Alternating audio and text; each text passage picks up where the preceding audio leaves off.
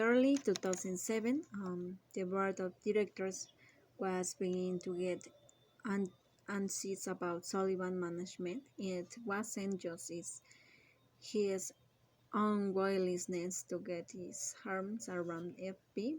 There were lots of similar issues that the board wanted him to tackle, but which they seemed to be avoiding. Sullivan was still resistant to the cultural changes that were so clearly necessary. With 2005 crisis now well in the past, the board wanted Sullivan to begin accelerating the pace of change. By the summer of 2007, said a former AIG executives, we were getting to the point where members of the board were saying we need to start setting some harder milestones, which of course was exactly when the collateral calls began.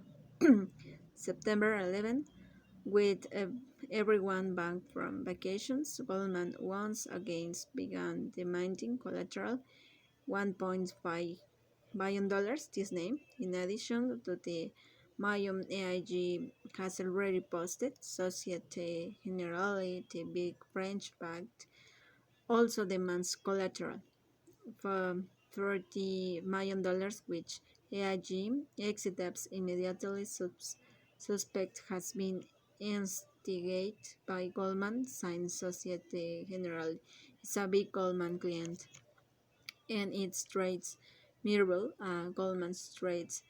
Um, AIG disputes the mark submitted by the two firms. Societe Generale banks down. Goldman doesn't.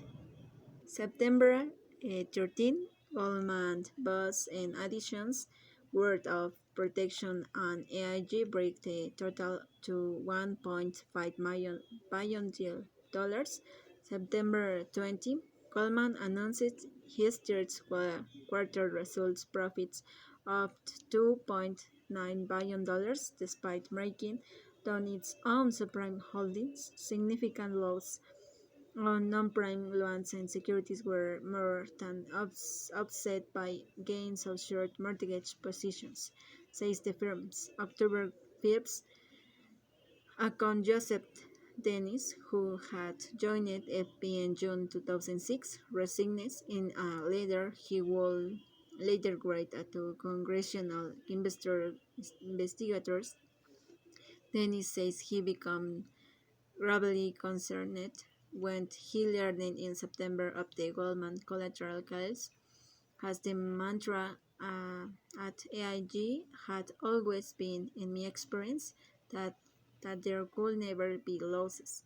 On the super seniors, Cassano, he says, deliberately excluded him from meetings to discuss the evaluations issue because Cassano told him I was concerned that you would pollute the process. On the morning he resigns, Sir Dennis tells AIG General Counsel that I have lost faith in the senior most management of AIGFP. November 2, Goldman ups in the collateral demands to $2.8 billion. Yet again, AIG disputes Goldman's marks. November 7, AIG announces its third quarter result, $3 billion in profits, but it also discloses that it has taken write-down on unrealized market values loss in the quarter, which ended in September. It adds that in October its portfolio took on additional in losses, which could get better or worse depending on what happens in the rest of the fourth quarter. During the ensuing conference call, the only thing the analysts wanted to talk about his AIG Super Seniors exposure. November 8, Goldman's David Lehman emails Foster. We believe the next step should include a line-by-line comparison of GS versus AIG price. Can we set aside 30 minutes to discuss leave today or tomorrow. November 16, Societe Generale demands $1.7 billion, a portfolio of uh, Merrill Lynch demands on the portfolio of $7.8 billion. Their average price is 84.20% on the dollars. Percent El Casano in emails, Goldman prices are much lower in the high 60s. November um, 18, Goldman ups its credit default swap protection on AIG to $1.9 billion. November 23, AIG puts $1.5 billion in collateral, bringing its total to nearly $2 billion. Goldman's demands to rise to $3 billion. November 27, Casano sends emails to Bill. Though he encouraged laying out simply for the fifth time of AIG contemporary exposure had, has has will at the collateral was calls that have come in so far.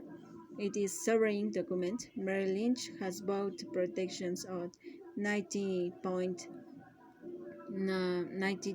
billion dollars worth of AAA range for FEP, and he is demanding Bank of Montreal wants $40 million in its 1.6 billion portfolio. Callion, the investment banking division of the French Bank Crédit Agricole, is demanding on its 4.6 billion dollars portfolio. UBS has $6.3 billion portfolio.